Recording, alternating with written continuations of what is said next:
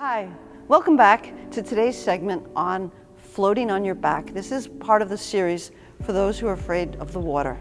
One of the things we have to work on now is getting you horizontal. So what we're going to do is we're going to work today on floating on our back and then on our stomach. Don't forget your skill that you learned in the last video about how to stand back up. If you haven't watched that video, please go back and watch the segment on getting vertical. Let's turn to the water and talk with our students. So today, Jason, we're going to have you first float on your back and then on your stomach. Michael is going to be there to help support you.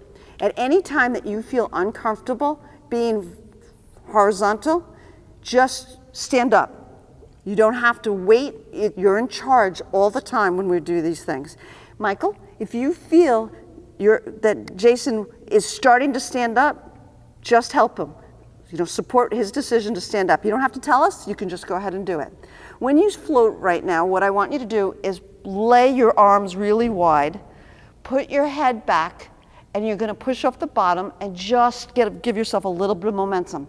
Michael, what you're going to do is, as he's pushing back, you're going to have your hand on his upper back, and you're going to give him a little support. Once he's up, if it's okay, with Jason, you can remove your hand. If Jason says, no, leave your hand, what do? You leave your hand, because Jason is in control of how far we go on every single skill. So Jason, I think you'll probably be more comfortable with goggles, but they're your choice. Spread your arms out wide, crouch down so that your mid-chest is in the water. You're going to tip your head back and gently push off the bottom. Michael, you're going to get in there, put your hand on his upper back, and whenever you're ready, reach your head back and push off gently. Okay. Jason is a very thin, very well built, so his legs float very low. How you float, it doesn't matter. Okay? If your feet come up higher, hey, great. If your feet aren't coming up, that's okay. Oh, Jason, nice job, but you forgot to bring your knees up and put them on the floor. So I understand that that's not necessary. Not everybody has to do that all the time. And if you can stand up the way Jason did, I'm good with that. What we learned in the last segment about getting vertical is a really easy and simple way to do it. There is no real wrong way as long as you're comfortable. Okay, so now we're going to turn ourselves onto our stomachs. Oh, and Jason's giving us the correct way. Okay, thank you.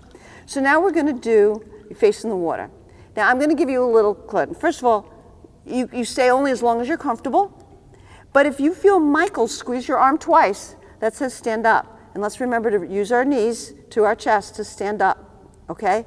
So why don't you step back a step or two, and when you push off, it's okay to move forward. Okay? Arms forward, chest down. Michael, come over and put your hand on his upper arm, and go ahead whenever you're ready.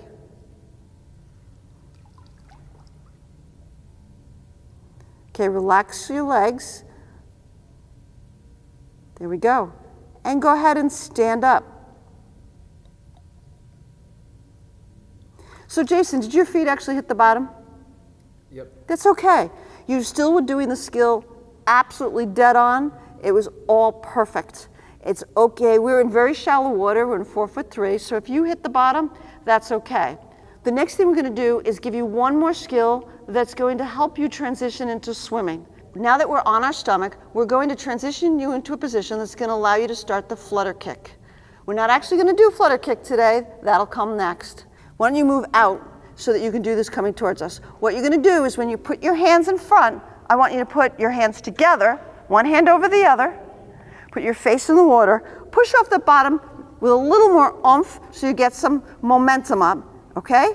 And Michael, you're going to go hold his upper arm, and when you feel yourself starting to sink, Jason, just stand up. Remember, knees to the chest, please, whenever you're ready.